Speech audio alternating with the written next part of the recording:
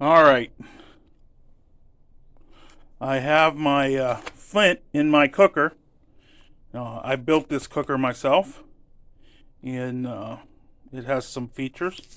I have the temperature sensor right here, and it goes right by the element, so that when my material is set to say 100 degrees, when this wall is 100 degrees, the heating element shuts off. And then the heat will soak into the rock, and the wall temperature will drop, and the heat will come on a little bit at a time.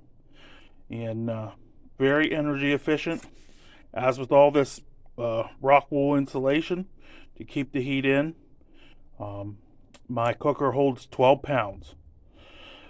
I've got some really colorful little flakes, and I've got some bigger pieces on the bottom. I put the big pieces on the bottom because the heat goes slower. And then how it runs is, I have an outlet. You can see it plugs in.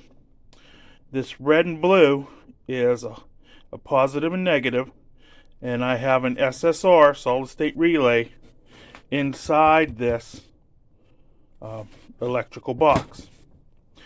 And this outlet is always on, and it powers my controller. This outlet is powered by the solid state relay, and I can show you when I plug my controller in. Let me plug it in.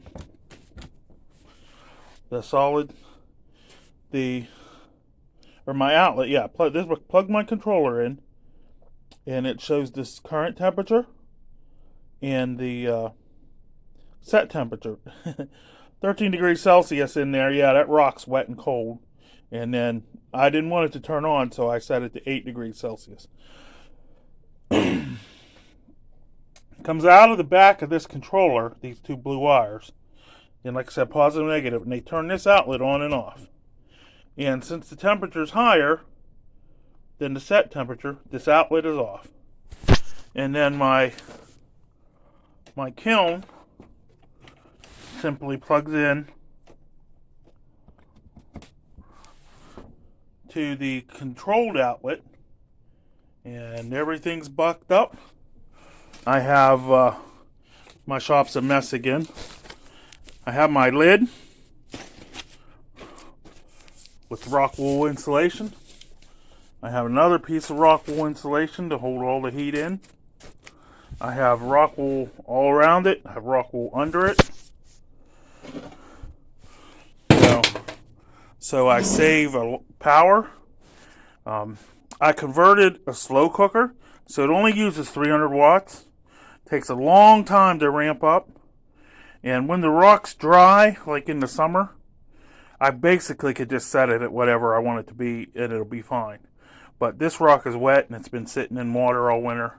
So I'm going to put it through a drying cycle. And I have a steel plate I put on there to keep everything in place. And then I'm going to set this. You know, you push set, and it turns the lights on. I have 8. I'm going to go over, and I'm going to make that 8.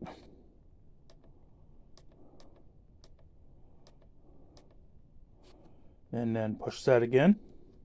And then you see this light come on. That means the heating element's on. And away we go. And I'll just leave this cook, you know, just whenever, probably sometime tomorrow after work or whatever, I'll come in and turn it up.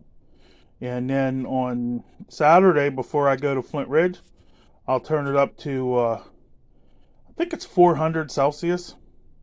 Puts me at just under 600 degrees. I had to look that up. I haven't used this for a while because I have a Arduino remote controlled one, but I didn't want to take the time to set it up.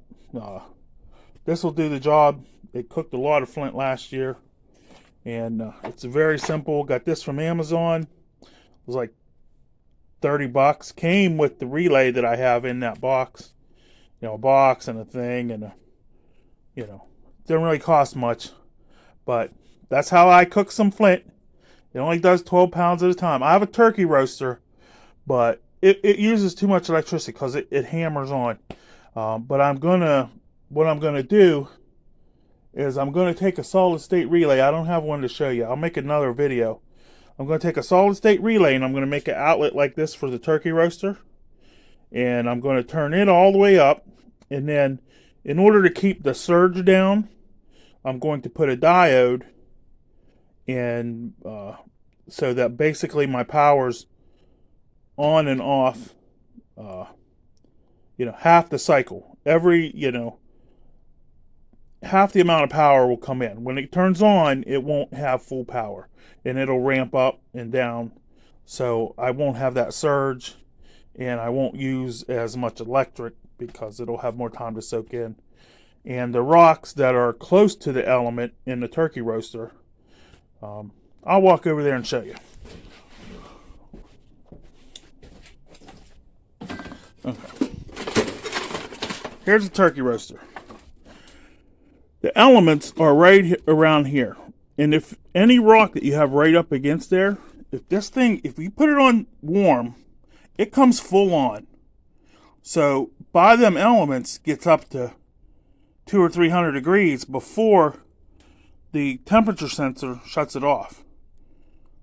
So that's why people have rock blow up in a turkey roaster. Now mine, what I do,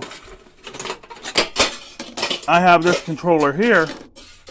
This is from a hot well like you use in a buffet. And I set it right by the element like such. And,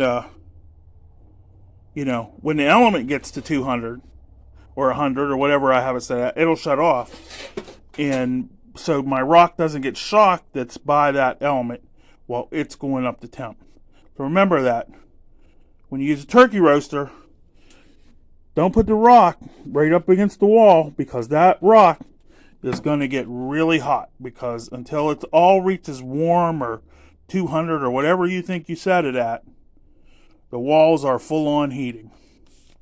And that's Jimmy's advice. I know, I always have to have something in my way. But I'll do a better video. This was kind of impromptu. I wanted to get some flint cooking. And I'm going to Flint Ridge this weekend. And once I do that and I know I have 100 pounds or 150 pounds to cook, I'll set everything up properly. I'll get this roaster going with the SSR so that I can cook 4 times the amount of rock in this turkey roaster that I can in that slow cooker. I could put, 30 pounds in here. I could only fit 8 to 10 pounds in my slow cooker. So I could fill this up, have the SSR to control the power so it doesn't draw the full 2,000 watts this thing's rated for. I'm only going to draw 500 watts, which will make everything a lot better. There'll be a less power load. I'll wrap this whole thing in rock wool, just like I did the other one. Insulate it, insulate the lid, insulate the bottom, and cook rock with the digital controller that's pre-programmed. All right, everybody, be cool. Going to dinner with the family. Have a nice evening.